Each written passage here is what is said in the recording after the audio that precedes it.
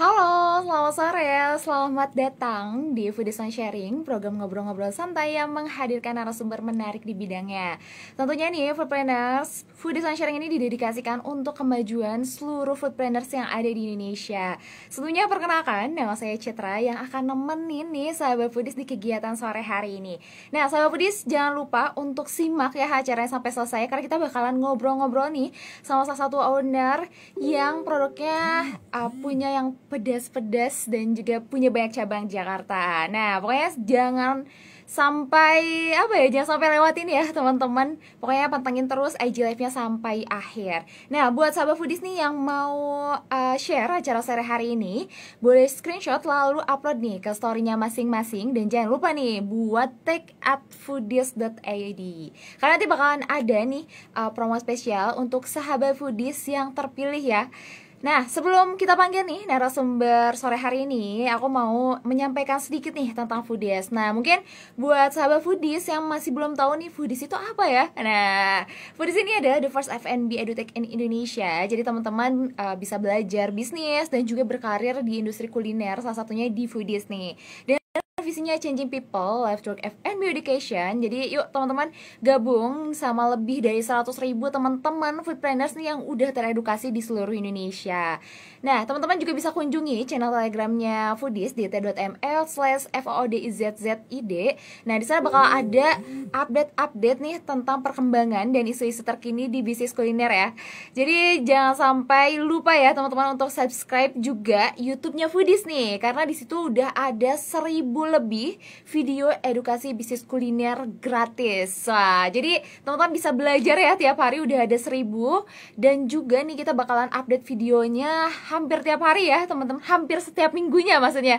Jadi jangan lewatin update-update terbaru dari Foodies tentunya. Dan buat sahabat Foodies nih yang mau bertanya-tanya di sore hari ini, boleh sampaikan pertanyaannya di kolom Q&A ya, yang ada di pojok kanan bawah. Karena nanti takutnya nih kalau misalnya di kolom komen ya, takutnya nanti ke skip ya teman-teman. Jadi nanti boleh langsung di kolom Q&A ya. Nah, narasumber sore hari ini adalah ada Mas Gianto. Beliau adalah owner dari Nyamber Rempeyek. Nah, ayo siapa nih yang tahu brandnya?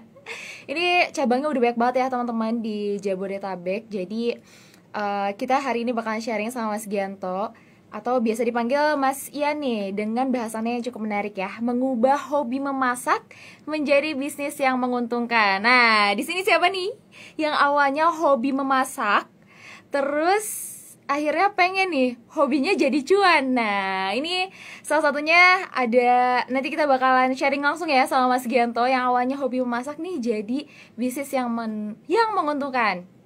Nah, pembahasannya pastinya seru banget ya teman-teman. Jadi teman-teman pastiin buat keluarin catatannya dan juga catat nih, karena materinya pasti ngebahas hal-hal yang penting dan bisa teman-teman praktekin ke bisnisnya masing-masing. Oke nih, sambil nunggu aku invite nih narasumbernya, teman-teman boleh salam-salam dulu di kolom komentar ya. Kenalin dulu nih dari mana aja, terus juga kalau misalnya punya bisnisnya apa aja ya. Oke, halo teman-teman. Dari mana aja nih? Nggak tahu Foodies dari mana nih? Boleh di kolom komentar teman-teman. Ini sambil nunggu. Nah, ini udah hadir nih teman-teman narasumber yang mau kita kepoin ya sore hari ini. Halo Mas Ian. Halo. Sore Mas. Ya. Gimana nih kabarnya hari ini Mas? Ya, selamat sore. Baik, kabarnya baik. Wah, sekarang lagi di mana nih Mas lokasinya? Kebetulan baru pulang dari kantor ini, di rumah. Oke, nih teman-teman, kita bakalan tanya-tanya langsung nih sama Mas Ian ya. Jadi buat teman-teman siapin pertanyaannya dari sekarang ya. Wah, sebelumnya aku mau ngucapin terima kasih nih Mas, karena udah berkenan buat sharing session nih sama foodpreneur semua. Siap. Nah, sebelum ngobrol-ngobrol lebih jauh nih Mas ya, boleh say hi dulu mungkin sama sahabat foodie semua. Terus juga mungkin sekarang lagi sibuk apa aja dan boleh ceritain tentang bisnisnya Mas.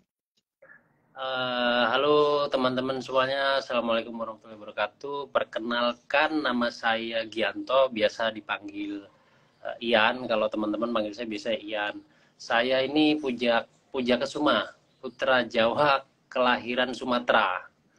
Hmm. Jadi apa lulus sekolah dulu ngerantau ke Jakarta, terus pada akhirnya apa lika-liku apa kesana sini akhirnya buka pecel lele tendaan lah, pecel lele tendaan di 2018 waktu itu. Jadi pas awal-awal pandemi itu saya masih ya mas-mas penjual pecel lele tendaan masih masih sampai apa PPKM pertama waktu itu.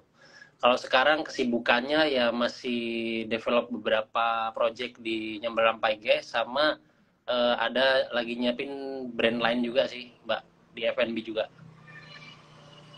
Wah, seru banget ya. Tapi sekarang yang awalnya tadi tendaan ya Mas ya, sekarang udah bertumbuh jadi belasan cabang ya. Sekarang udah ada berapa nih Mas cabangnya? Sekarang 21. Wah, 21. tapi masih di Jabodetabek atau ada di luar kota juga nih Mas? Sekarang masih di Jabodetabek sih, Pak, karena apa Jabodetabek belum penuh, jadi nanti mau promotanya kalau udah penuh di Jabodetabek. Ditunggu di Bandung ya Mas Ah, ya. siap, siap, siap. Nah, mungkin tadi ya seru banget nih perjalanan bisnisnya mulai dari tenda ya Mas ya sampai akhirnya sekarang udah ada puluhan cabang gitu. Nah, ini sebenarnya awal mulanya nih mulai dari ide gitu ya Mas ya akhirnya buka warung uh, pe- apa pecel lele ya Mas ya. Lele Nah, ya. itu gimana tuh? Ya, ya. Kalau kalau saya kan memang apa ngerantau ke Jakarta dulu tuh minus ya, benar-benar minus. Jadi dari mulai ke sini nggak ada tempat tinggal, waktu itu tidur di masjid seperti itu. Terus nyari kerja sampai hampir 2 tahun baru dapat. Jadi karena saya juga butuh apa untuk makan sehari-hari, ya apa sambil nunggu dapat kerjaan saya tuh jadi penonton bayaran waktu itu. Sebelum kerja ya selama 2 tahun. Nanti hari ini ke sana ke situ pokoknya ada acara di mana saya ngikut, nanti biasanya dapat dapat makan sama dapat transport biasanya kan gitu. Nah, tapi di 2013 waktu itu dapat kerja di minimarket, kurang lebih bertahan selama 3 tahun, habis itu pindah-pindah lagi, sempat jadi driver apa ojek online juga. Nah, waktu itu saya sempat ngambil mobil juga untuk jadi driver Grab atau apa Gojek kan, supaya nyoba-nyoba lah gitu loh. Tapi rasanya nggak cocok gitu loh, karena ketemu macet-macet di jalan itu bikin stres. Jadi akhirnya karena memang apa saya juga hobi masak, waktu itu saya ngelihat potensial produk sambal rampai. Jadi di daerah saya itu ada namanya, di Lampung tuh ada pecel lele rata-rata tuh pakainya sambal rampai yang mentah gitu, yang kecil-kecil gitu kan. Jadi kalau nyari sambal yang matang di Lampung itu, di pecel lele itu susah. Susah banget gitu. Hmm. Rata-rata sambalnya mentah dan fresh gitu. Jadi saya melihat di Jakarta kok terbalik gitu loh. Kalau kita nyari sambal yang mentah, susah. Rata-rata sambalnya kan lamongan gitu udah mateng ya. Nah, jadi akhirnya saya memberanikan diri untuk buka nyambel rampai ini dulu di daerah Pasar Selipi, Jakarta Barat, dengan kondisi minus lah. Jadi karena menyalurkan hobi masak saya juga kan, memang dasarnya saya hobi, kalau kalau masak suruh jualan gitu saya hobi gitu. Memang dari zaman sekolah udah seperti itu gitu loh. Jadi akhirnya ketika saya buka tendaan yang belum pernah ada pengalaman sama sekali kok, apa dengan waktu itu belum tahu ya USP itu apa segala macam, kok orang banyak membicarakan sambelnya gitu loh. Jadi mas sambelnya enak nih, beda gitu loh. Jadi dari situ saya mikir, wah berarti saya punya keunikan di produknya ini gitu loh. Akhirnya dari situ apa mulai saya pikirkan untuk saya seriusin lah gitu loh. Nggak taunya kena pandemi. Hmm. Jadi harus tumbang sebentar, tapi karena saya memang apa orangnya itu melek digital lah. Jadi saya mengikuti tren, saya daftar aplikasi online food, terus saya coba optimasikan, akhirnya dari situ justru jadi berkah lah gitu loh.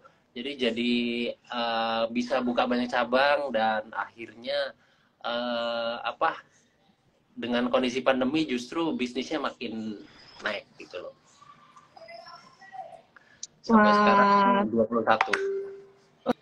luar biasa ini Mas. Ini kalau nggak salah namanya sebelumnya pecel lele sambal rampai ya Mas ya? Ya, Nah, betul. Dulu awal-awal buka di tenda. Memang kita tuh buka buka apa usaha dulu nggak mikir, maksudnya nggak mikir jauh gitulah. Kok dikonsepin seperti itu ya, pecel lele tendaan dengan spanduk yang pada umumnya seperti biasalah gitu loh.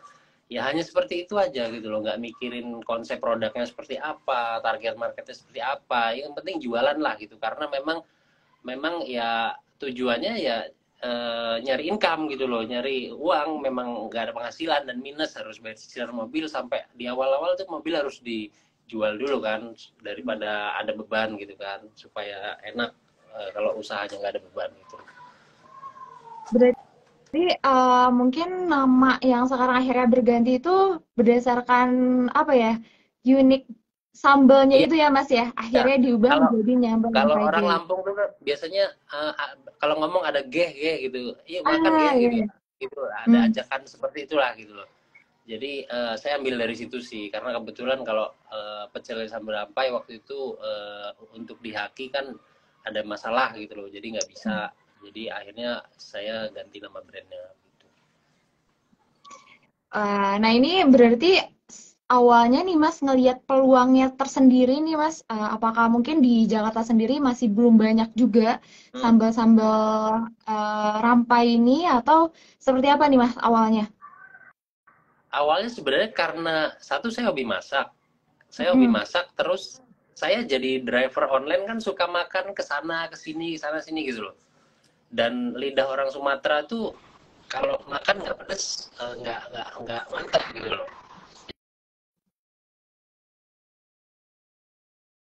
Halo? Wah ini ada masalah koneksi ya teman-teman. Masya Allah ada dari Dream of Jakarta Love, Masya Allah gitu loh. keren sekali. Wah. Nah, ah oke nih. Oh, berarti mulai dari develop produknya pun dari dulu sampai sekarang langsung sama Mas Ian apa gimana tuh Mas? Iya, saya dari awal sampai sekarang masih pegang R&D sih, Mbak. Jadi semuanya Wah, R&D saya. serba-serbi ya Mas ya. Iya, karena dulu nggak paham sama sekali. Maksudnya Hmm, saya tuh masak hanya sekedar masak waktu sekolah, masakin adik-adik di rumah kan gitu. Bukan yang masak untuk dijual gitu loh. Jadi goreng lele untuk yang kapasitasnya banyak gitu juga kita mesti nonton YouTube gitu loh. Pun goreng apa, bikin-bikin sambel yang apa, varian lain kita juga mesti lihat-lihat resep di apa Google gitu loh. Terus karena kalau bicara pecel lele ya lauknya di mana-mana sama aja. Cuman kalau kita punya USP di apa sambalnya kan akan lebih sambalnya. menarik gitu loh. Nah, ini menarik juga ya Mas ya. Berarti sebenarnya untuk produknya mungkin sama ya pecel lele pada umumnya gitu. Nah, tapi sebenarnya apa sih Mas yang membedakan eh apa ya brand pecel lele Mas Yani sama brand lainnya dan gimana nih strategi pemasarannya biar mungkin terlihat jadi lebih berbeda nih Mas? Ya, kalau strategi pemasaran di saya ya adalah karena pengalaman dari dulu kan udah ngerasa pede nih, rame di offline ya, makan di tempat. Kayak pedagang pecel lele udah cukup dengan begitu aja udah bersyukur banget gitu kan. Yang penting nanti sore bawa segini pulang habis, udah merasa sangat-sangat senang dan bersyukur banget gitu. Tapi kalau kita melihat sesuatu yang lebih besar, berarti kan kita mesti ini juga gitu loh, mesti upgrade juga dari mulai sistem pemasarannya dan lain-lain. Karena belajar dari apa dampak pandemi, jadi akhirnya sekarang saya baik itu apa strategi penjualan offline, online, semuanya tuh saya ikutin gitu loh. Jadi semuanya saya harus optimasi. Kayak apa promosi di offline itu perlu, promosi di online juga perlu gitu loh. Jadi supaya ketika amit-amit kalau sampai nanti sewaktu-waktu ada pandemi lagi gitu kan, online-nya masih jalan gitu loh. Terus kalau apa market pola orang udah berganti lagi, lebih suka makan di tempat, kita juga udah siap untuk makan di tempat gitu loh. Seperti itu sih gitu loh.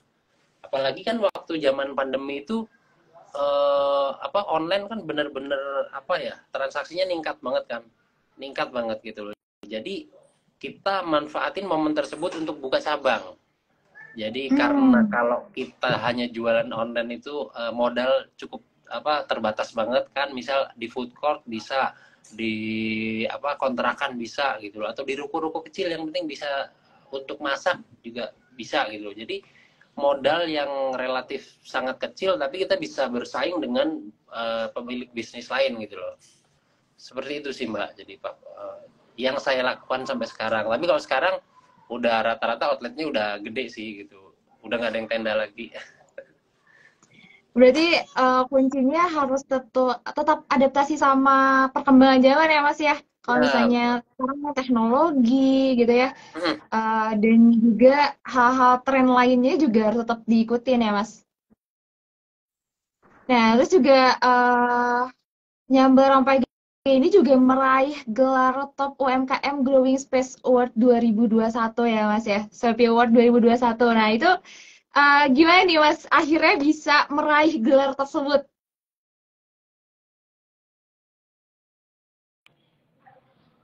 Halo, Halo? halo ya. Tadi rada putus-putus. Ya. Nah Mas, ini kan Sambal Rampai ini tuh meraih gelar Top UMKM Growing Shopee Award 2021 nih Ya, Mas. Nah, gimana nih akhirnya bisa mendapatkan pencapaian tersebut nih Mas? itu waktu itu indikatornya dari jumlah transaksi sama jumlah pembukaan cabang yang pada saat pandemi kan 2021 itu kan memang lagi ketat-ketatnya PPKM Hmm. ya. Karena kita transaksinya melonjak drastis, terus tiba-tiba buka cabang lebih dari 10 kan waktu itu, karena nggak harus banyak-banyak kan modalnya. Jadi dari situ akhirnya kita kepilih untuk dapat top UMKM Growing 2021 dari Shopee waktu itu. Alhamdulillah jadi bisa bersaing sama brand-brand besar lainnya lah kayak gitu. Tapi itu Berarti online ya. pandemi juga, iya, berarti pandemi juga nggak jadi halangan ya Mas ya buat Enggak, berbisnis justru ya. justru jadi berkah, Mbak. Alhamdulillah. Nah, terus Mas, selama perjalanannya nih kan mungkin sempat tutup dan akhirnya buka lagi nih Mas. Nah, setelah Ya, itu betul. ada tantangan-tantangan lainnya lagi nggak Mas yang mungkin biasa dihadapi nih?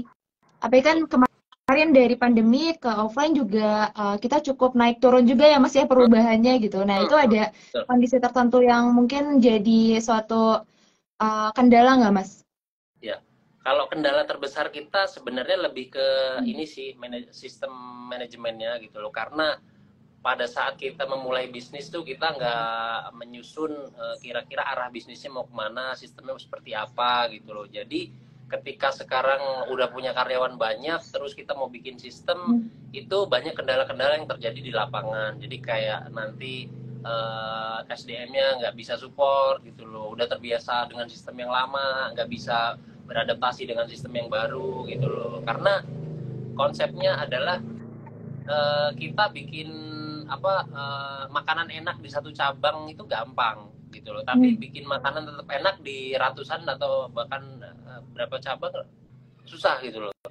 Jadi sekarang yang kita pikirkan adalah gimana caranya walaupun ini sambal fresh diulek dadakan, tapi di setiap cabang itu semua rasanya sama, nggak ada perbedaan gitu loh. Jadi akhirnya kita mensiasatinya dengan cara bikin central kitchen, terus si bumbunya ini kita udah pack-packin dari sentral, nanti kita distribusikan ke cabang-cabang sehingga untuk rasa sendiri bisa sama lah gitu semua cabang.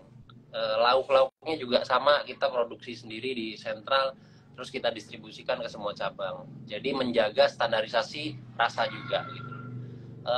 Untuk sekarang sih udah cukup lumayan aman ya.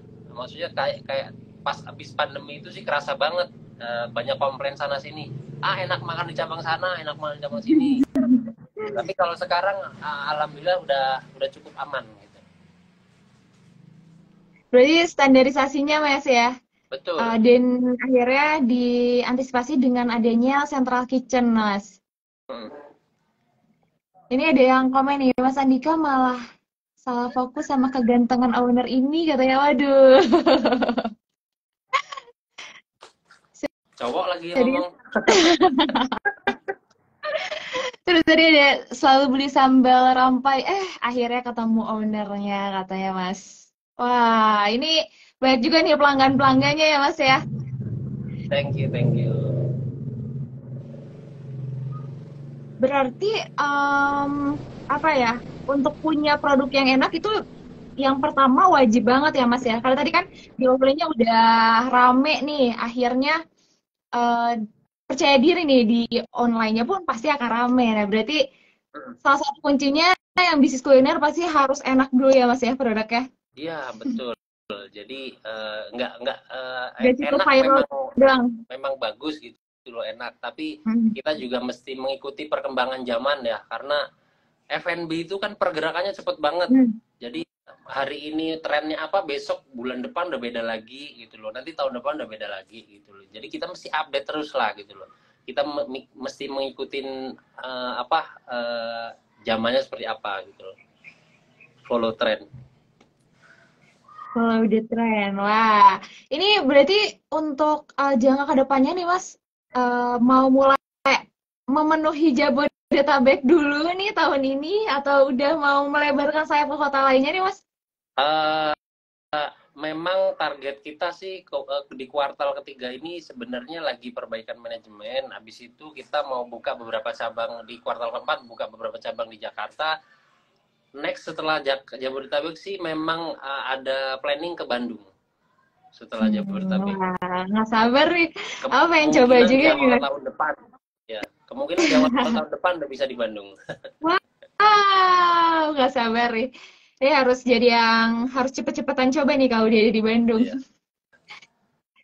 Nah, mungkin Mas ada tips and trick sendiri nggak Mas untuk pebisnis kuliner gitu ya? Mungkin yang mau memulai bisnis kulinernya dari nol sampai dengan akhirnya bisnisnya jadi nih Mas.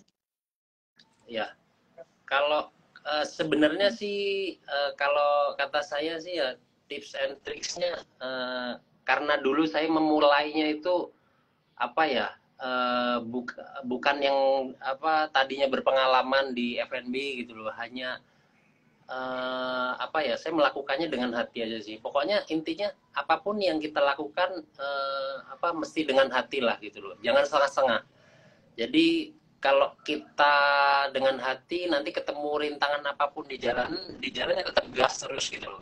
Tapi kalau setengah-setengah biasanya kalau dengan keraguan-keraguan nanti jalan masalah apa nanti jadi apa Akhirnya nggak goyang lanjut lagi Mas. gitu.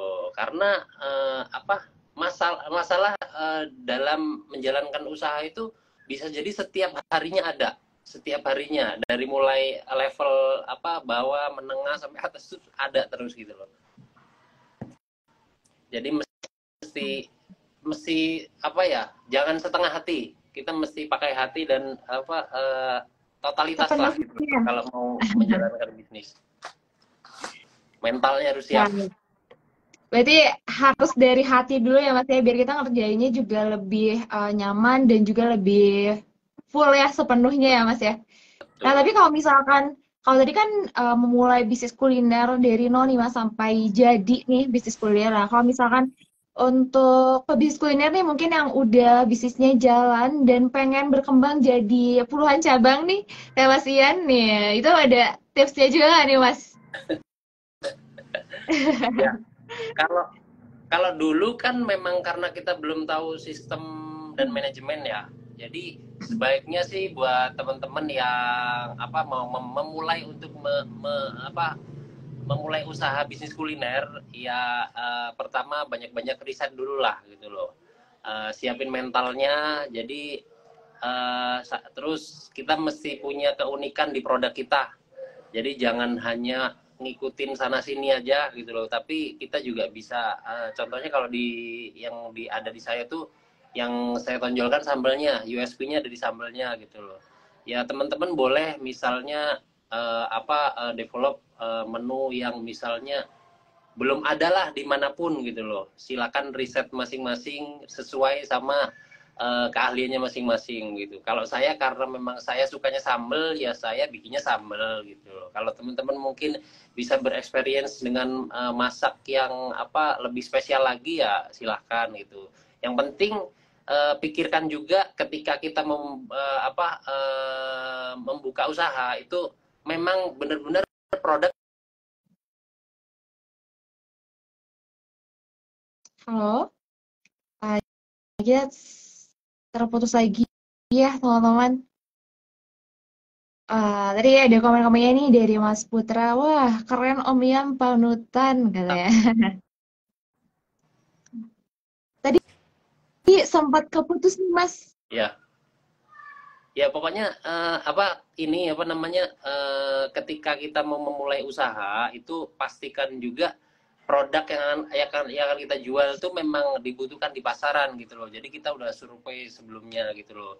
Kalau menurut saya modal itu ya nomor sekian lah gitu loh. Modal nomor sekian. Karena saya bisa membuktikan diri waktu itu saya dalam kondisi minus gitu loh.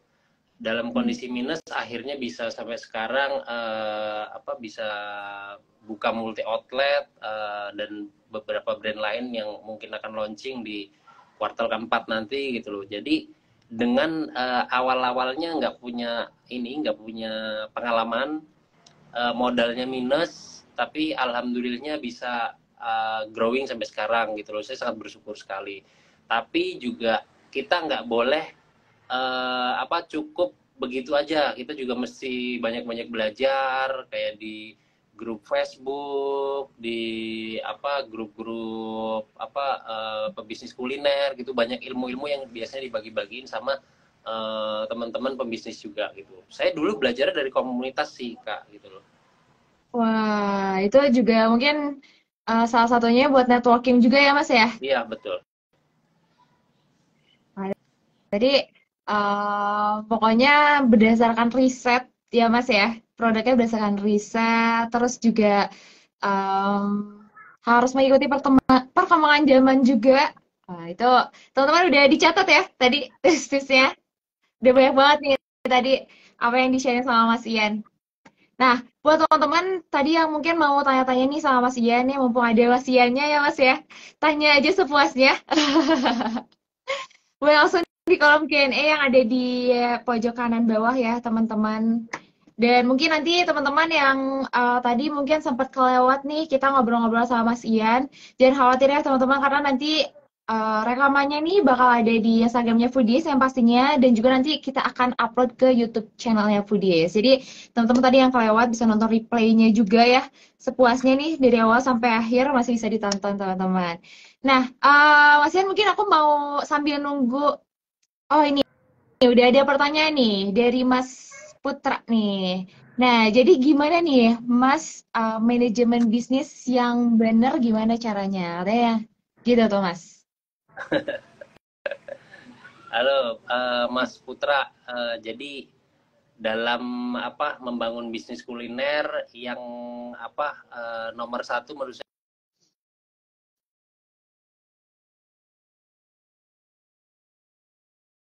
Wah, ini kita koneksinya ini ya sempat terputus lagi teman-teman. Nah, boleh nih teman-teman. Agak keputus ya kayaknya, aman ya? Iya, iya keputus nih Mas. Aman tapi sekarang. Sekarang udah aman. Ya. Sekarang udah aman. Ya, jadi kalau pastikan sebelum karena kalau dulu ya saya harus riset sendiri, harus belajar dari pengalaman sendiri. Kalau teman-teman di sini mungkin sekarang bisa belajar dari manapun ya, banyak ilmu-ilmu gratis yang dibagikan di YouTube, di Facebook dan lain-lain itu ada gitu loh. Di Instagram secara gratis cuma dibagikan banyak gitu loh. Kalau zaman dulu saya masih susah nyarinya gitu loh. Nah, pastikan ketika mau membangun bisnis produknya itu udah benar-benar diriset, ya kan? Terus kita pasarnya mau kemana arahnya? Terus operationnya pastikan jelas gitu loh. Operationnya jelas itu maksudnya adalah ketika kita membuat produk, pastikan sewaktu-waktu nanti itu bisa di SOP-kan gitu loh. Sewaktu-waktu nanti itu bisa dibikin SOP kan. Jadi sedetail mungkin dari mulai cara membuat sambal rampai gitu. Nanti takaran apa garamnya berapa, gulanya berapa, cabenya berapa gitu. Karena balik lagi yang akan membuat bisnis F&B itu bisa apa ya scale up, bisa sustain itu ya ketika kita punya sistem yang bagus gitu loh, SOP yang bagus. Kalau biasanya kendalanya rata-rata teman-teman adalah yang saya alamin tadi, cabang di sana sama di sini beda rasanya. Akhirnya kan saya coba untuk bikin formulanya supaya nggak ada perbedaan lah gitu loh. Jadi yang kita terapkan adalah sistem. Jadi biar sistem yang bekerja ketika nanti berganti dengan SDM yang baru, ya insya Allah udah tinggal duplikasi sistem aja begitu sih, gitu loh. Wah, ini daging banget nih Mas ya. Tadi jawabannya luar biasa ya teman-teman. Jadi catat ya pastinya tadi poin-poinnya ya gimana caranya agar manajemennya juga lebih baik lagi ya dalam apalagi kalau misalnya satu dua cabang mungkin masih bisa kita awasi gitu ya. Tapi kalau misalnya udah puluhan cabang, Masih, wah iya betul. Apalagi, repot ya apalagi Mas ya. kalau iya, kalau kita udah punya multi outlet ya, udah lebih dari 5 aja, udah apalagi udah 10 ke atas. Kita tuh udah rasanya udah nggak bisa lagi di operation sebenarnya gitu loh. Udah harus sebagai benar-benar pebisnis lah gitu loh. Mungkin kita udah waktunya hire CEO atau orang kepercayaan kita yang handle operasional. Kita udah tinggal bagian mengembangkan bisnis saja gitu loh. Ya walaupun kadang-kadang kalau kita hire orang itu outputnya nggak akan 100%, tapi rasanya 80-70% masih bisa kita terima lah gitu loh, karena nggak akan ada yang bisa menggantikan owner sebenarnya, nggak akan ada gitu loh. Jadi yang penting mereka bisa bantu kita lah gitu, walaupun mungkin kita akan merelakan sekian persen penghasilan kita untuk bayar mereka, tapi itu sangat worth it sih, kita jadi nggak stres. Jadi tinggal quality time sama keluarga ya Mas ya. Iya betul. Kalau dulu pas pandemi kan saya semua saya kerjain gitu loh, dari mulai pemasaran, R&D dan lain-lain itu semua saya kerjain. Jadi akhirnya kita waktu sama keluarga itu benar-benar nggak ada. Saya juga ke pasar, cek bahan baku dan lain itu sampai capek sendirilah gitu loh. Akhirnya harus hire orang, bagian belanja ada sendiri. Sekarang bagian keuangan ada sendiri, HRD ada sendiri. Terus bagian operasional, supervisor, manajer area gitu ada sendiri. Yes, memang secara penghasilan nanti akan menurun gitu loh. Tapi kita jadi nggak stres lagi lah gitu loh. Karena beban kerjanya udah di. Halo? Wah, ya terputus lagi nih ya teman-teman sama Mas Ian. Nah, buat teman-teman nih yang masih mau nanya nih sama Mas Ian boleh banget ya di kolom Q&A. Jadi takutnya nanti kalau bisa di kolom komentar nih agak agak terskip ya. Wah, nah udah normal lagi nih teman-teman. Berarti yang awalnya tadi tuh Mas CEO, Chief of Everything ya. Kalau sekarang udah mulai didelegasikan ya Mas ya. Ya. Nah ini pertanyaan lagi nih kalau untuk manajemen kantor dan karyawannya seperti apa Om katanya. Ya, well, Mas Putra lagi nih yang nanya. Kalau kalau di kantor ya, kalau ketika kita udah bikin kantor atau manajemen, kita harus siapin namanya struktur organisasinya gitu loh. Anggap aja misal ada posisi nanti manajer operasional, finance dan lain-lain. Ya walaupun sebenarnya posisi itu belum ada yang menempatin gitu loh. Setidaknya kita udah bentuk dulu dari awal. Jadi ketika nanti kita udah mulai scale up, posisi itu dibutuhkan udah ada gitu loh. Jadi ketika nanti udah kita punya karyawan yang banyak, itu birokrasinya berjalan sendiri gitu loh. Jadi dari mulai level krunya itu tahu dia harus koordinasi sama siapa gitu loh. nggak ada ceritanya nanti dari kru langsung ke owner, Mas saya ada butuh ini enggak gitu loh, tapi mereka melalui supervisornya dulu, baru nanti disampaikan ke bagian kalau keuangan ke finance gitu, baru kita yang sifatnya harus kita ketahui, pasti akan diketahui gitu loh. Kalau enggak ya biasa mereka share ke grup sih gitu loh. Tapi apa berdasarkan pengalaman kita untuk manajemen SDM ini memang nggak ada habisnya ya, nggak ada habisnya. Jadi selalu ada masalah terus lah gitu loh. Cuman lama-lama akan kesaring sih orang-orang yang benar-benar serius mau ikut kerja bareng kita, mau kita saling support, itu akan ketahuan gitu loh. Kalau kalau dulu zaman pandemi apa itu turnovernya sangat tinggi sekali ya, tapi kalau sekarang setelah kita buat manajemen, ada sistem penerimaan karyawan yang cukup benar, jadi semua yang masuk itu di interview, kita apa benar-benar saring lah gitu, cukup aman sih sekarang gitu loh. Ya mungkin kadang sebulan apa nggak ada yang keluar, nanti bulan depan ada satu gitu loh. Jadi nggak, kalau dulu kan setiap bulan ada pasti. Sekarang udah cukup aman. Nah, gimana nih ya Mas Putra? Udah sama jawabannya atau masih banyak penasaran nih? Boleh langsung di kolom Q&A ya, Mas Mas Putra. Putra nanti kalau mau nanya-nanya DM aja nggak apa-apa. Wah, betul. Boleh di DM aja nih Mas. Nah itu bener-bener sih Mas, mungkin turnover karyawan di bisnis kuliner juga cukup tinggi banget ya Mas ya. Nah selain Ya, tadi mungkin apa ya dari proses rekrutmen dan yang lainnya ada tips lainnya juga nggak nih Mas biar karyawan kita nggak keluar masuk terus nih Mas? ya. Apakah ada program khusus gitu ya biar karyawannya jadi betah dan nyaman gitu atau Ya. seperti apa Mas? Ya, kalau dulu kan karena kita belum ada manajemen, jadi paling yang kita kasih itu hanya bonus, bonus, bonus saja gitu. Tapi rasanya dengan itu aja tuh nggak cukup, Mbak. Kita mesti membangun emotional engagement sama mereka gitu loh. Jadi gimana caranya mereka tuh merasa memiliki, mereka tuh ngerasa ada pride sendiri ketika mereka kerja di tempat kita gitu loh.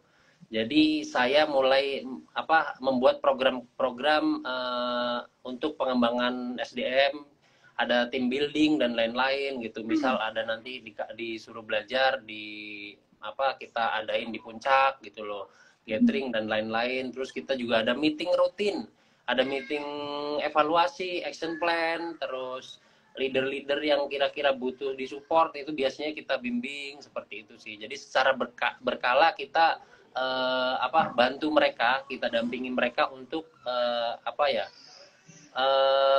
menemukan jati dirinya mereka juga gitu loh. Kalau memang mereka mau disupport, kita juga siap support gitu loh. Karena memang SDM kita yang sekarang ada, kita terus terang ada yang nggak sekolah juga, tapi niat kerja gitu loh. Yang dari zaman dulu-dulu, tapi dipaksa harus jadi leader. Jadi PR-nya di situ. Jadi kita harus apa benar-benar membangun development sistem SDM ini yang bagus gitu loh. Jadi akhirnya secara berkala kita training, nanti minggu ini trainingnya apa, minggu depan trainingnya apa, nanti cukup misal seminggu cukup 2 jam aja, tapi secara rutin dan berkala gitu. Itu cukup efektif banget sih gitu loh untuk membangun apa sistem manajemen karyawan gitu.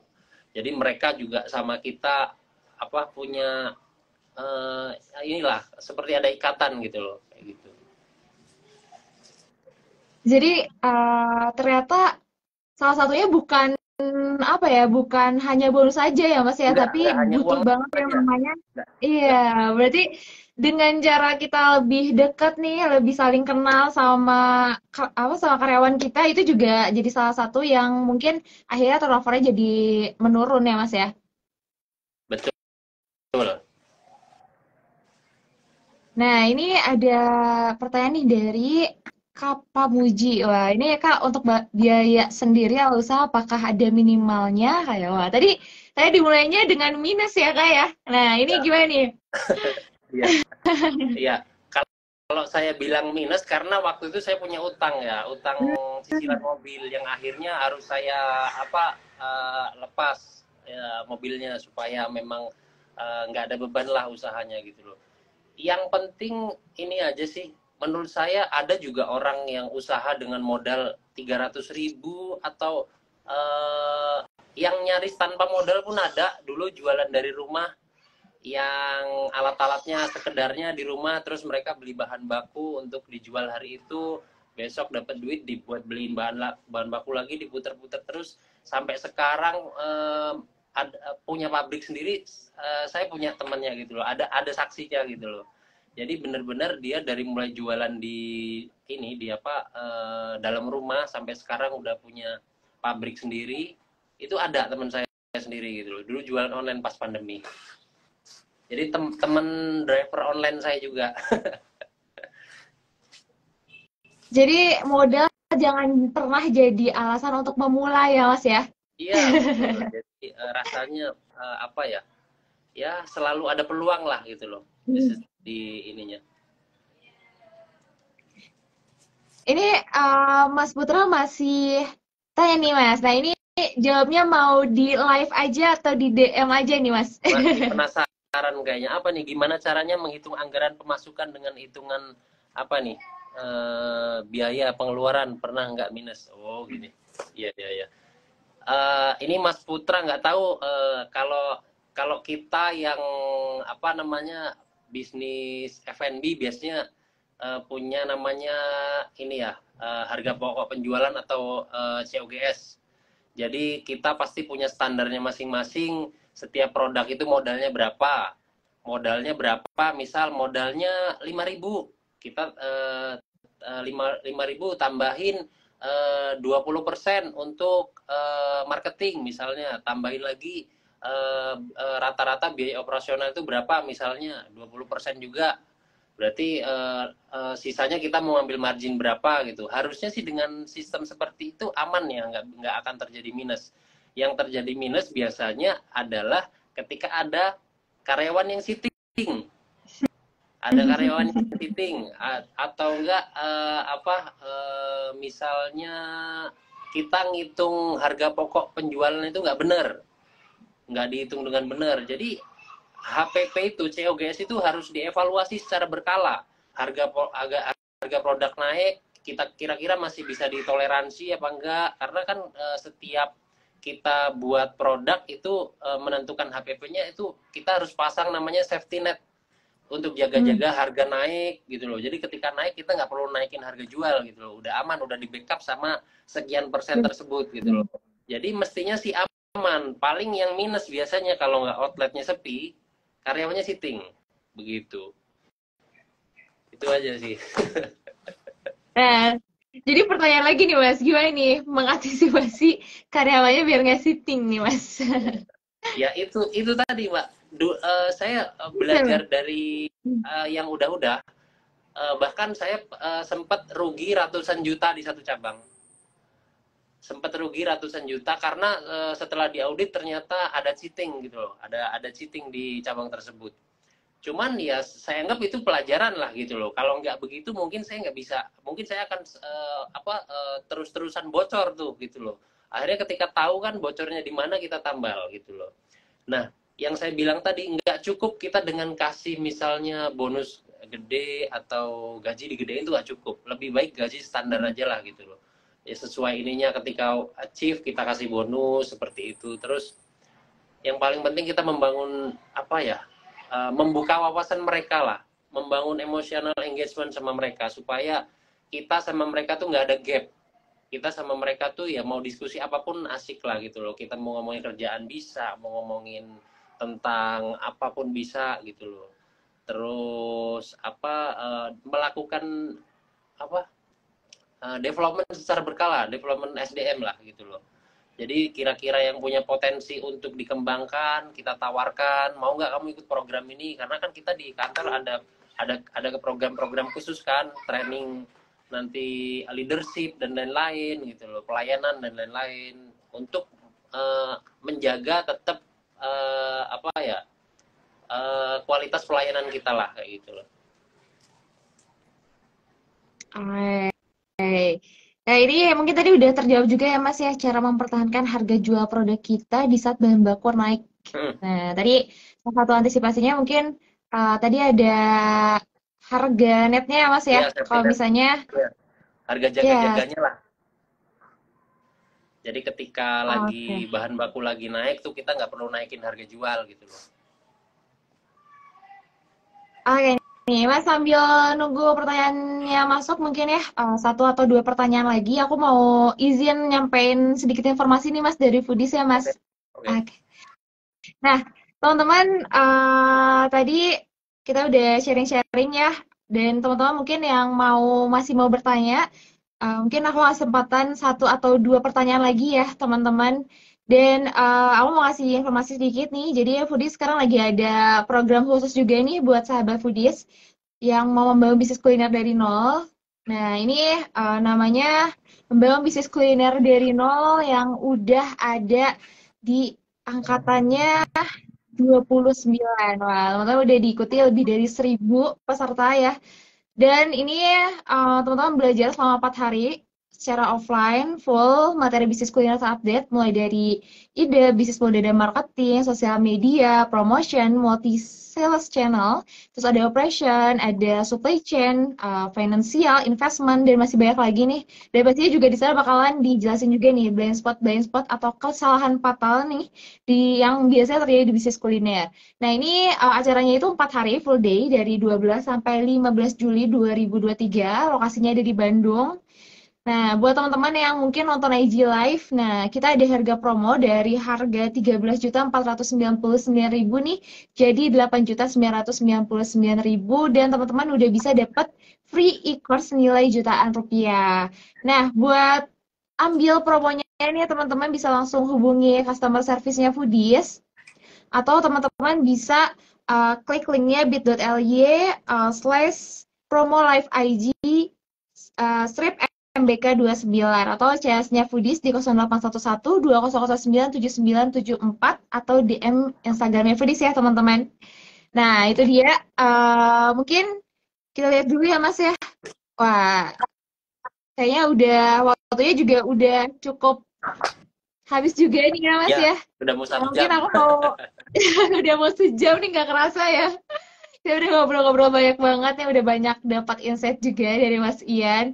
Mungkin boleh nih Mas closing statement-nya sebelum kita tutup IG Live sore hari ini. Ya, apa ya closing statementnya? Pokoknya jangan pernah takut untuk memulai bisnis karena kalau buat saya pribadi karena saya suka seni, saya suka masak, masakan yang legit buat saya adalah karya seni. Jadi Wah, buat teman-teman semuanya yang mau memulai bisnis ya silahkanlah explore sendiri gitu loh, tingkatkan kompetensinya masing-masing di bidangnya masing-masing gitu loh. Karena peluang itu selalu ada di sisi.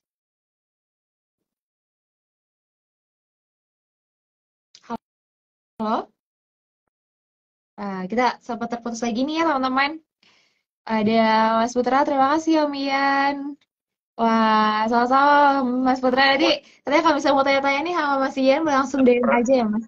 Ya, jangan pernah takut untuk memulai bisnis kulinermu.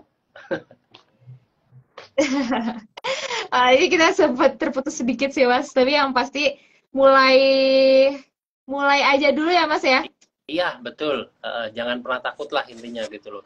Dan jangan lupa lakukan apapun itu dengan hati, jangan setengah-setengah, totalitas. Jadi Wah, totalitas. ketika kita menemukan masalah apapun di perjalanan nanti ketika menjalani bisnis, nggak usah dihiraukan, selesaikan, hadapi, lanjut lagi, gas lagi gitu loh. Nanti gagal, buka lagi terus kalau memang passionnya ada di kuliner. Tapi kalau setengah-setengah ya jangan coba-coba yang nanti akhirnya akan buang-buang waktu aja gitu. Wah, itu closing statement-nya luar biasa ya, teman-teman. Tadi udah dicatat nih. Dari Mas Andika, keren bosku, tak catat sedikit-sedikit katanya. Wah, jangan sedikit-sedikit Mas, harus dicatat yang banyak ya. Nanti bisa nonton replaynya di YouTube-nya Foodies atau juga di Instagram-nya Foodies. Terus ada Mbak Indah nih, saya ingin banyak belajar dengan kakak ini, ditunggu di Lampung katanya Mas. Jadi Mbak Indah kalau mau nanya-nanya katanya boleh DM Mas Ian aja ya Mas. Yap. Oke, Sekali lagi terima kasih banyak waktunya Mas Ian udah berkenan Thank buat you. sharing-sharing nih sore hari ini sama sahabat Foodie semua.